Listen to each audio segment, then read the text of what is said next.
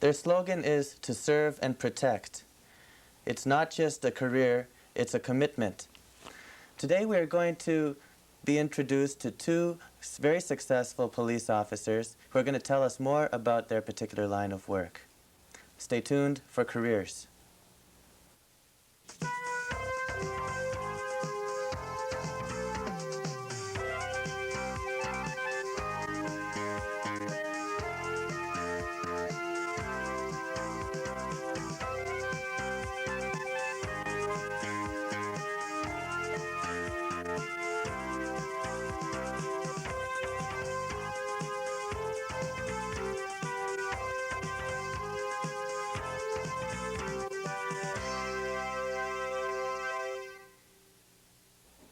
My name is Peter Wolfl, and welcome to Careers. Today's show is called The Police Force, and we're joined today by two officers from the Metropolitan Toronto Police Force.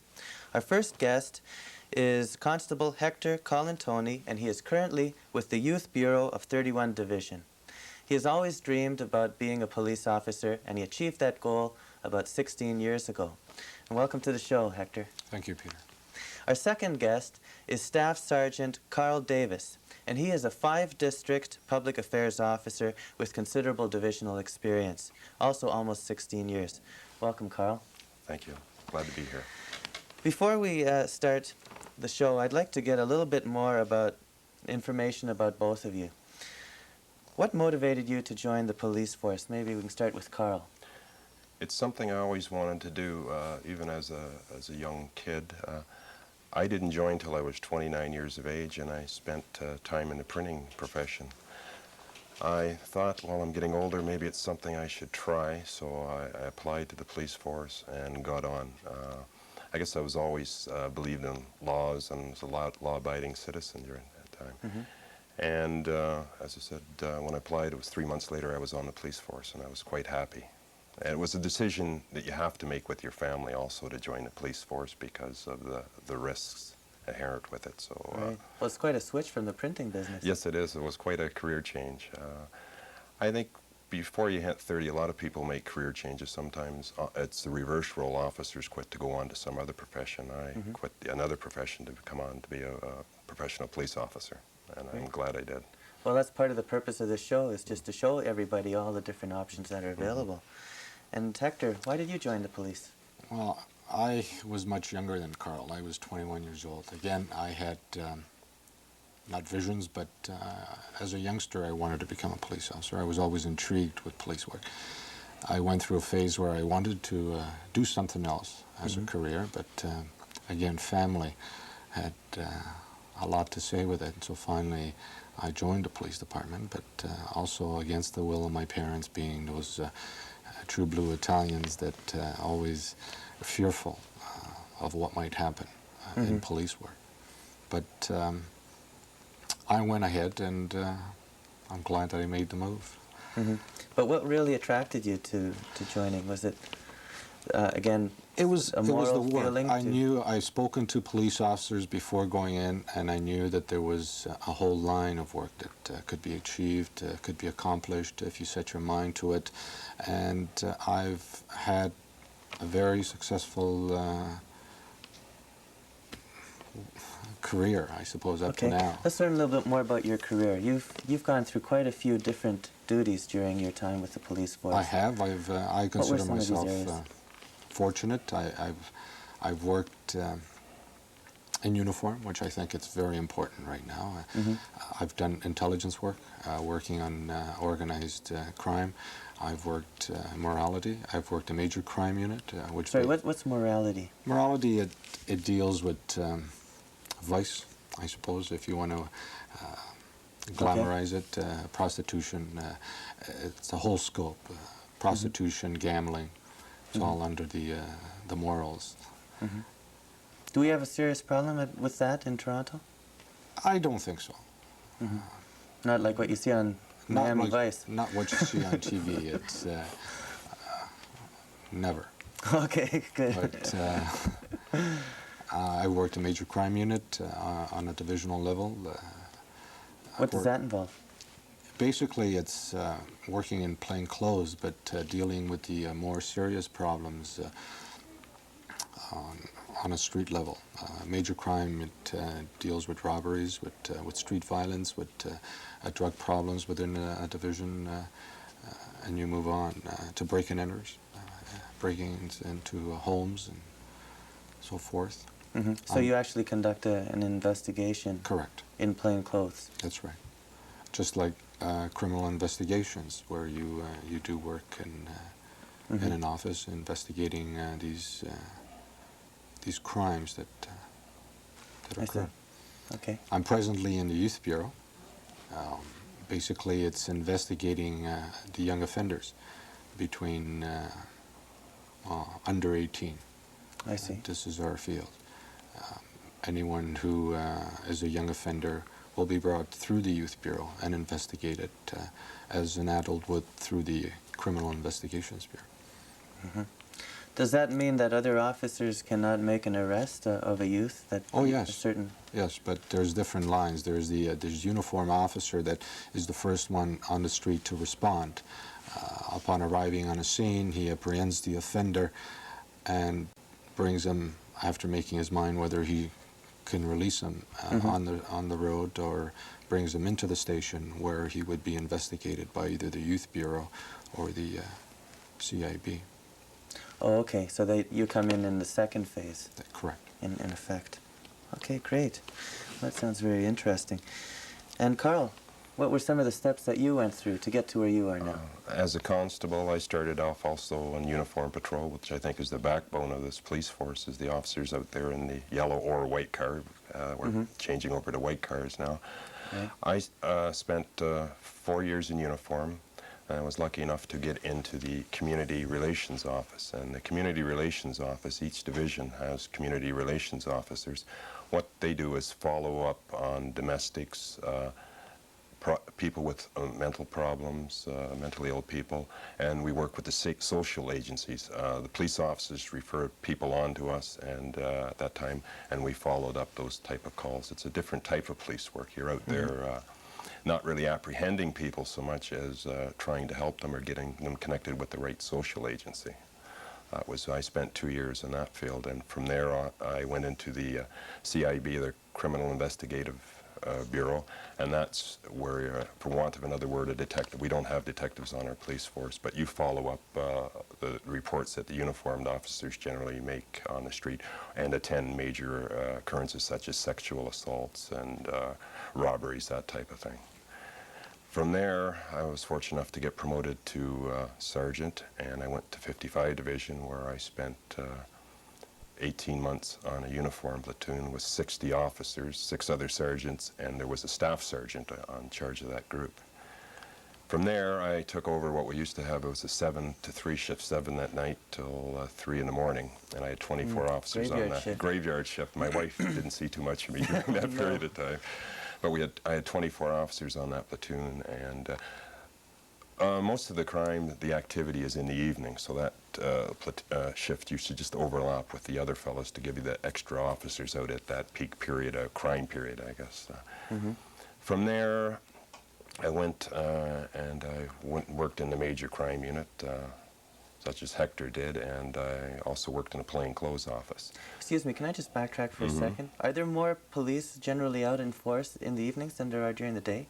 Is that what you're saying? Generally there are from that peak period, because more people are working during the day, and most of our calls for services are in the evening. People come back from the office and they report this or they report that, and darkness tends to bring more criminal activity. You know, as they say, the criminal hides under the auspices of darkness. They're safer when it's dark. That's right. So, okay.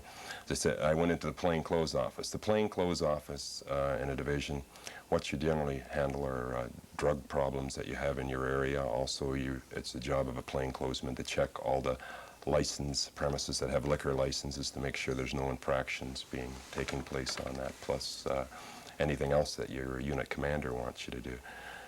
From there, I got the job as a training sergeant at 55 Division, where I was. And a training sergeant, what you do is give the in-service or in-house lectures on changes in the law or policies to the officers on a regular basis. Well, you really must have to be very knowledgeable about a lot of laws. You do.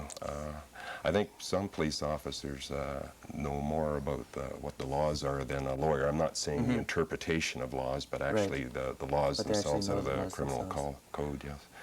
And I also managed to get 6 months in the Criminal Investigative Bureau as a sergeant at that particular time. I was promoted to staff sergeant. I went to 53 Division, and I was in charge of a shift. And I had 3 sergeants under me, plus I had 24 officers. And it's, as a uniformed staff sergeant, you're the officer in charge of the station. You're responsible for everybody that's working there, including the detectives, the CIB officers, the Youth Bureau officers, and everybody else. And you make the decisions on behalf of the unit commander, which is normally an inspector or staff inspector. I see. And in March of this year, I had the opportunity to go to 5 district public affairs, and I worked for Staff Superintendent Dave Cowan there. And my job is, as public affairs officer, is to, if there aren't any press releases to be made in 5 district, which covers 51, 52, 53, 54, and 55 Division, I make them on behalf of the unit commander. Plus, I keep in touch. I attend major crime scenes and various things like that. I look after the crime prevention and community relations officers in 5 district. Well, you've gone through a lot of different levels. Yes, I have. It's an ongoing training, and I've just more or less touched the head of a pin as far as police work, because there's so many jobs and fields that you can go into in police work. What do you think has accounted for your success in managing to be promotable as you have? I think it's hard work and dedication, and like in a lot of jobs, sometimes it's being in the right place at the right time. If you go out in there and do your job and you do it well, then generally you get noticed. And Hector was telling me before about what the different levels are within the police force. Can you just You start off mention that as again?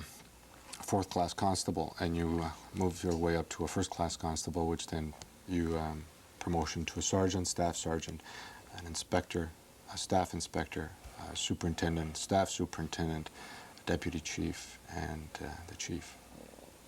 So it sometimes it takes a lifetime to accomplish to the top, and if you achieve the top. And I guess just like in a large company, the higher you go, the more administrative it tends to become. Yes. So there probably are some policemen who maybe prefer to stay at the lower levels where the action is. There are some, yes. And others who have more administrative ambitions. Well, the Toronto Police Force, from some statistics that I've read, has about 5,300 uniformed officers and 1,700 civilians. What other career opportunities are available? Karl? yeah. On the police force, there's the Marine unit. We have a large waterfront at the south end of metropolitan Toronto.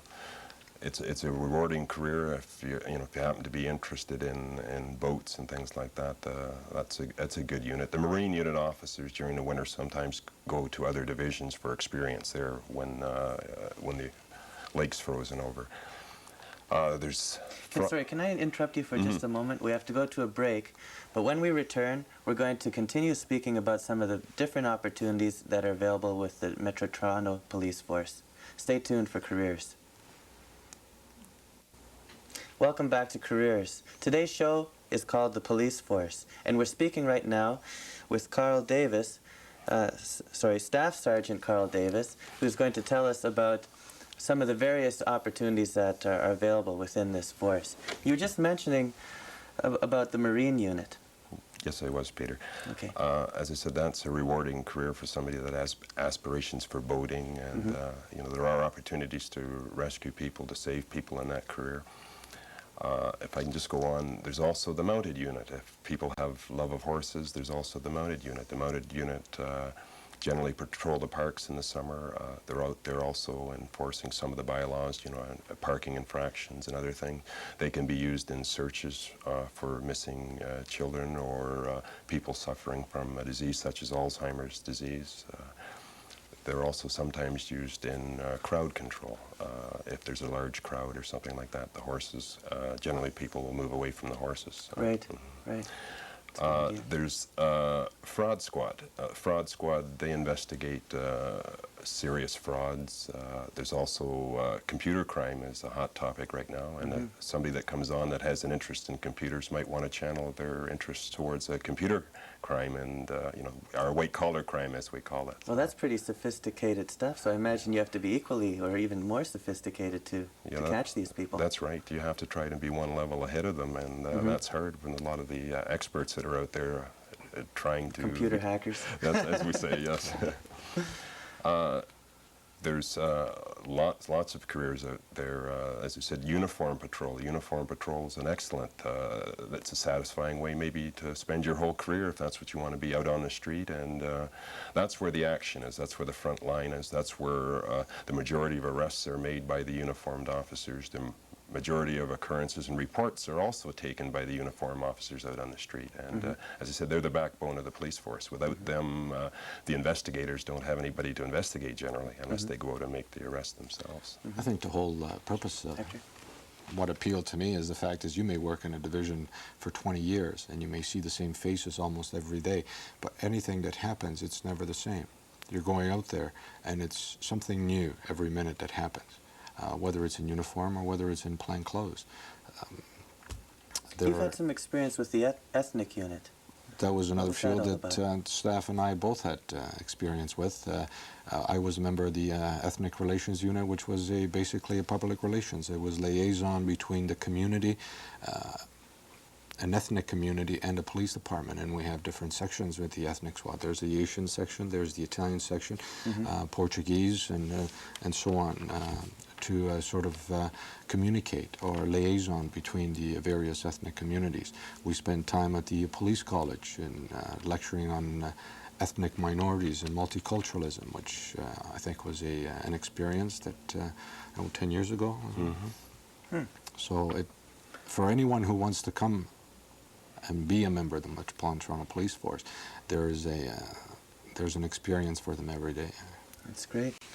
I have a booklet here. It's called A Career in Policing, the Metropolitan Toronto Police Force, and it outlines the minimum requirements of being a policeman and also the extensive training program that you have. I noticed, for instance, in the minimum requirements that you no longer have a height restriction. What is the reason for that?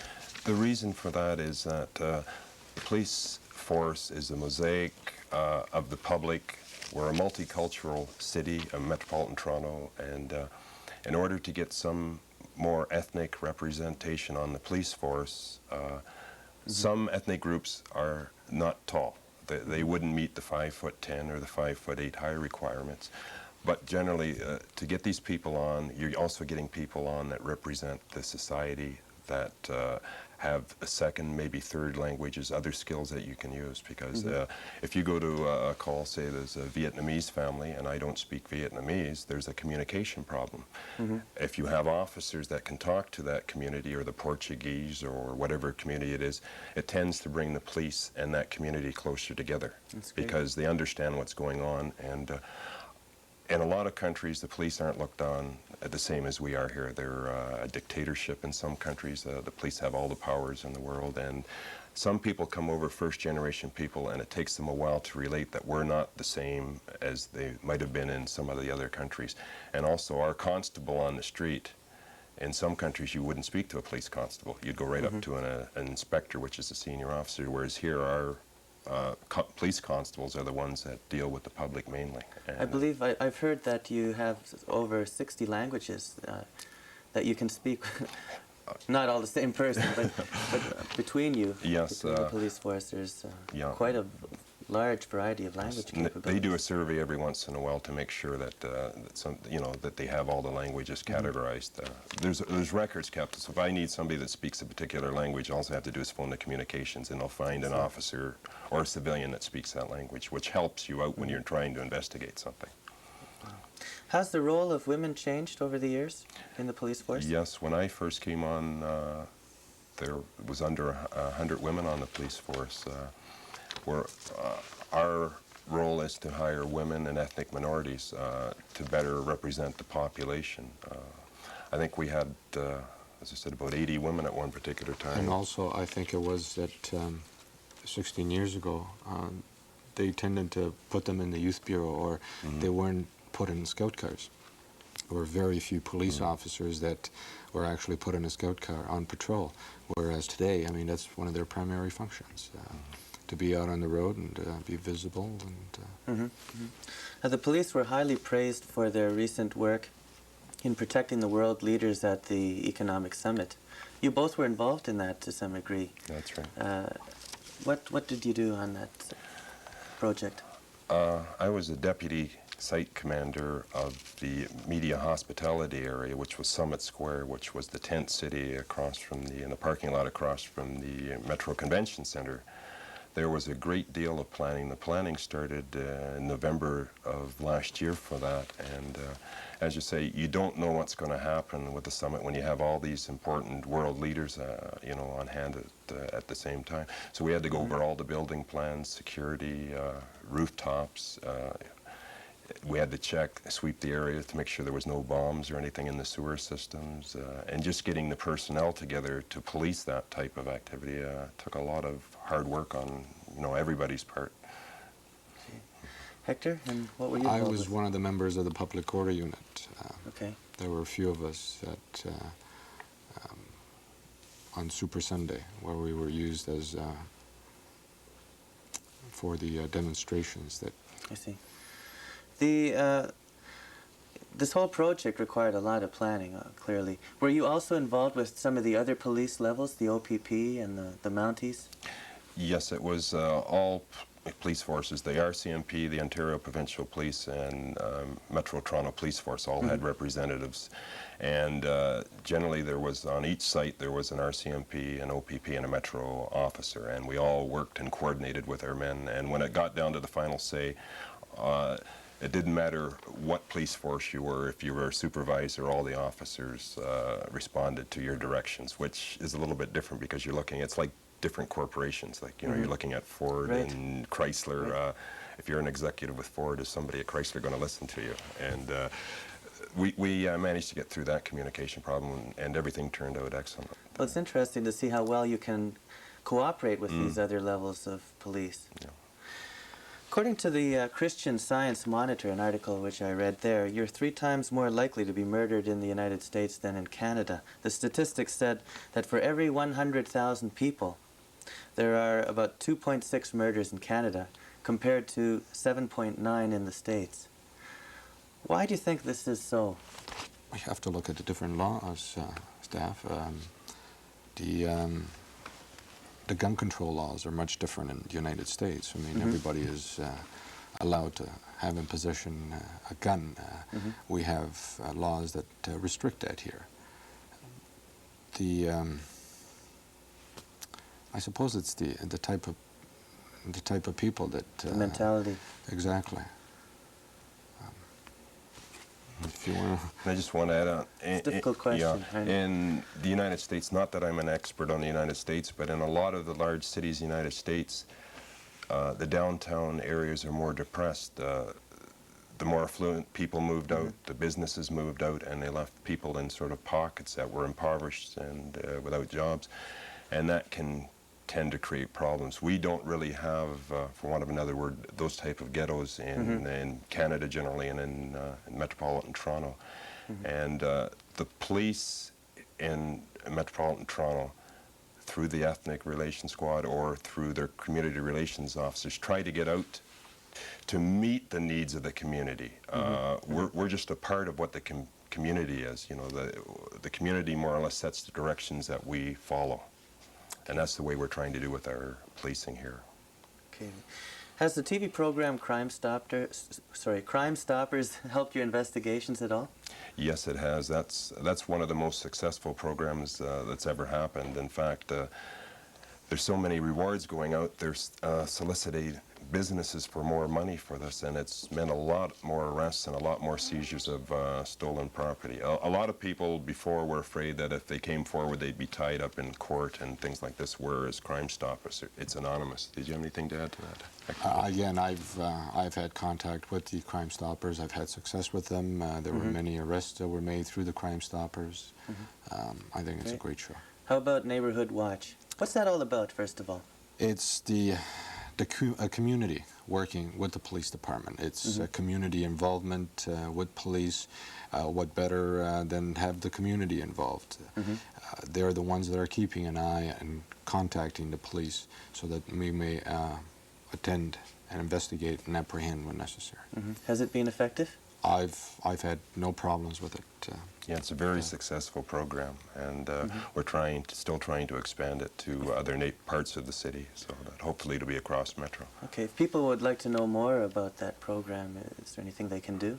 They can phone their crime prevention officer at their local police station, and they can find that out by dialing 324-2222. Just tell them where they live, and they'll put them through to the division and the officer in the crime prevention. Okay, well, thank you. Staff Sergeant Karl Davis and Constable Hector Colantoni, thank you both of you for joining us today on Careers. Thank you, Peter. It's been a pleasure, Peter.